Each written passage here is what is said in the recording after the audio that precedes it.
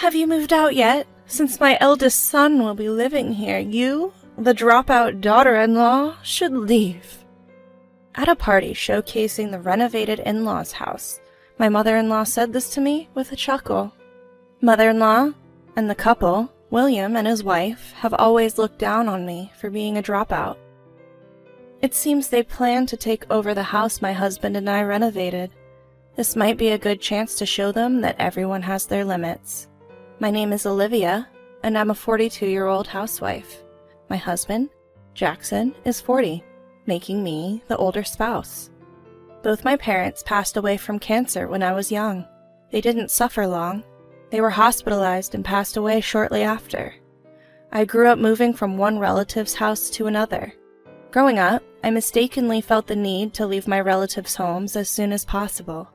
I have 2 younger brothers, and I felt responsible for supporting them. Ignoring my relatives' advice, I dropped out of school and started working. I left my brothers with my relatives and got a job at a company with a dormitory. I began a life of sending financial support to my relatives every month. Now, my brothers have grown up, married, and have their own children. After seeing them settled, I quit my long-time job. Currently, I'm helping out a friend's startup from home. Jackson and I have been married for 12 years. Our child turned 10 this year. Jackson is the younger of 2 siblings, with an older brother named William. When we decided to get married, Jackson optimistically thought we wouldn't have to live with his parents since he's the second son. But as it turned out, William and his wife didn't want to live with the in-laws and moved out early on. So, we ended up living with Jackson's parents, taking care of them. Mother-in-law seems to enjoy picking on her daughters-in-law. I've been shocked by her behavior since our first meeting. I believe William and his wife moved out because of mother-in-law's attitude. The first time I visited the in-laws' house, Emma, William's wife, was treated like a housekeeper by mother-in-law. I remember feeling scared seeing that, and I thought I'd never live with them. Moreover, mother-in-law is oddly obsessed with educational backgrounds. Both her sons graduated from state universities. My father-in-law used to be a college professor, and mother-in-law was a high school teacher before retiring. I married into this highly educated family. When mother-in-law found out I was a dropout, she strongly opposed our marriage. It was a miracle we got married. Even after our wedding, mother-in-law's condescending attitude towards me never changed. William and his wife are also college graduates. From them, too, my days of being belittled began. Once we started living together, mother-in-law's harassment began immediately. At first, it was small things. Only my fork was always a disposable one.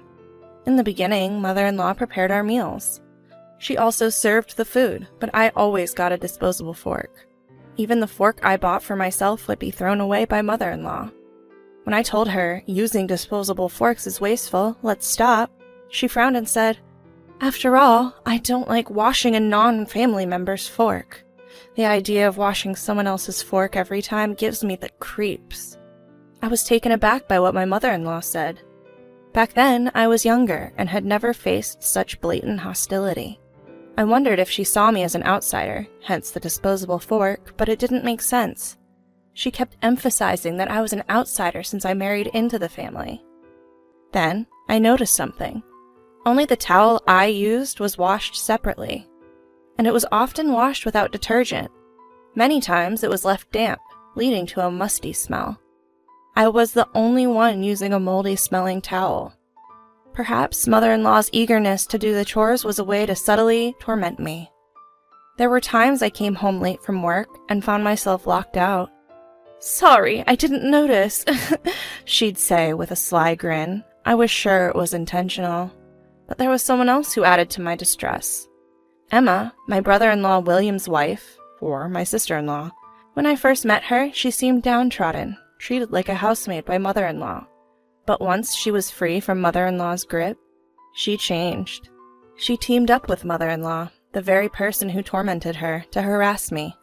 I remember learning in school not to do unto others what you don't want done to you.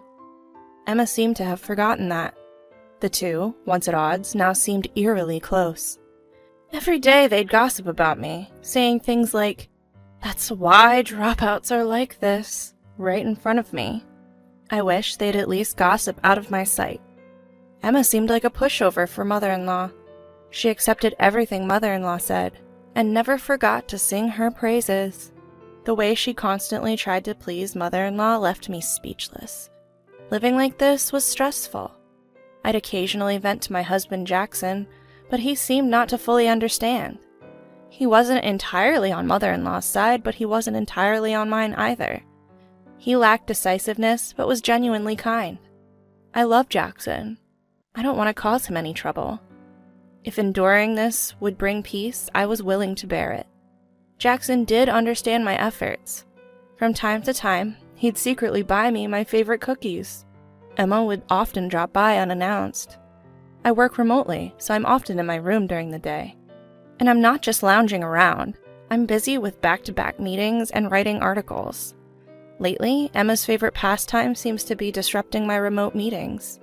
She'd walk down the hallway talking loudly, or open my door to mock me. One day she burst in saying, "Stop pretending to work, it's so off-putting." I was in an important meeting, dressed in a suit. She even waved at my boss on the screen. I wished she'd stop. After I managed to get her out, she and mother-in-law gossiped about me in the hallway. During the meeting, I was sweating bullets. It was an experience I never want to remember. Then, out of the blue, something unbelievable happened. We decided to have dinner with William and his wife, and mother-in-law splurged on high-end steak takeout. Even though it's a high-quality steak, I only had the side menu. Of course, I only got the side dishes. Such petty acts had been going on for 12 years. We had recently renovated the house, especially for the elderly father-in-law and mother-in-law. We made it barrier-free and renovated the old bathroom, even adding a small sauna. Both father-in-law and mother-in-law were thrilled, and so was Jackson. Of course, we bore the renovation costs. William and his wife were excited to see the new bathroom and sauna. We also renovated one of our rooms, which they visited. Seeing the screen Jackson installed for movie watching, they looked envious. After the tour, the steak arrived and the dinner began. I had prepared salads, soups, and kids' meals. Since William and his wife didn't have kids, my child was the first grandchild for father-in-law and mother-in-law.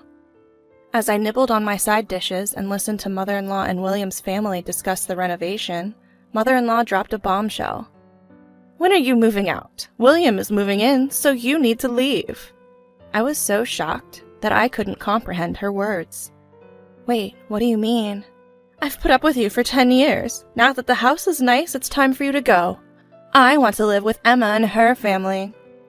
I was stunned as my mother-in-law spoke with a smug grin, as if it was the most natural thing in the world.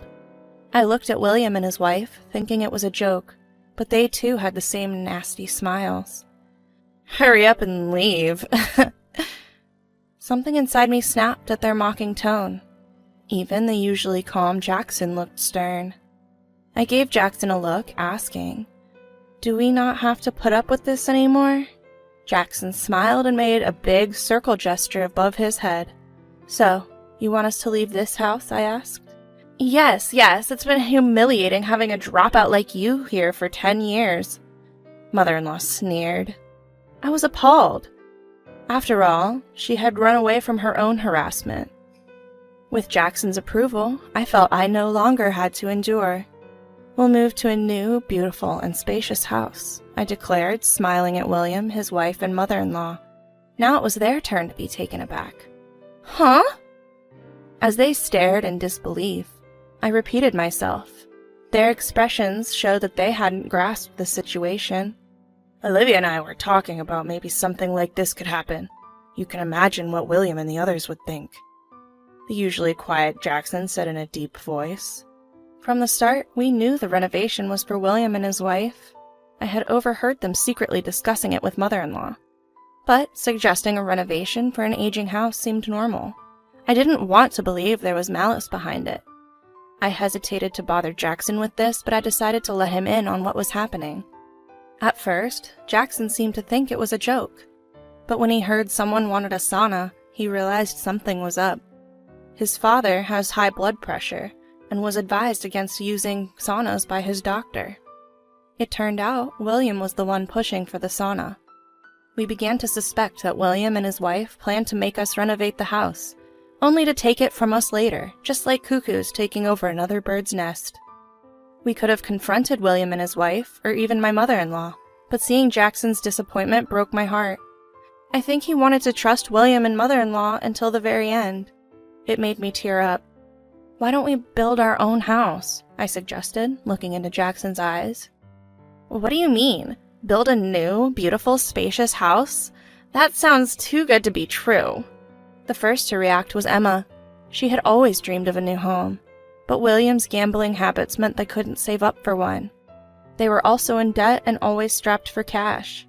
I believe they moved into Jackson's parents' house because they couldn't keep up with their apartment rent. They probably saw living rent-free in Jackson's parents' house as a step towards their dream home. I suspect they plan to sell the land once Jackson's parents pass away and use the money to buy a new, beautiful, spacious house. Yes, we finally got our new house. You can see it from here. It's the one right across the street. Emma, you've been admiring it, haven't you? I pointed to the newly built house across the road, the one Emma would gaze at dreamily every time she visited. I think it's her dream home. We initially planned to build somewhere farther away, but Jackson chose that plot. He probably wanted to show off our new home to William and his wife, who had plans to take over the renovated house. The plan worked. Emma looked genuinely upset. "We're moving to that house. William and his wife can handle the rest. They'll be living here, so they should cover the remaining renovation costs," Jackson said, smiling at William and his wife. But his eyes weren't smiling. It scared me. Once we finished our steaks, Jackson said, "Shall we move?" Our new home had just passed its final inspection the day before. I didn't expect William and his wife to spill the beans so soon, but I'm glad we were ready. "Olivia, you're such a failure as a wife. Your ideas are ridiculous and scary. Do you want to burden Jackson with more debt? You're so demanding." Mother-in-law shouted at me, clearly frustrated. She kept repeating "demanding wife" and "dropout," as if she couldn't think of any other insults. It was almost amusing. "Mom, apologize to Olivia." "What are you talking about? I'm just worried about you. It's sad to see you deceived by such a demanding dropout wife," Mother-in-law replied, reaching out to Jackson. But Jackson coldly brushed her hand away. Mother-in-law, who'd never been rejected by her son before, was in shock. I'd never seen Jackson act this cold before.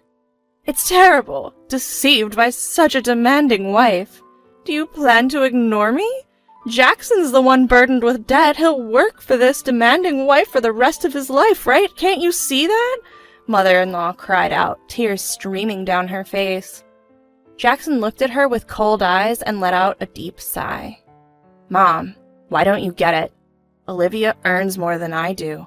The land and the house were bought with the money she saved when she was single. I don't have any debt.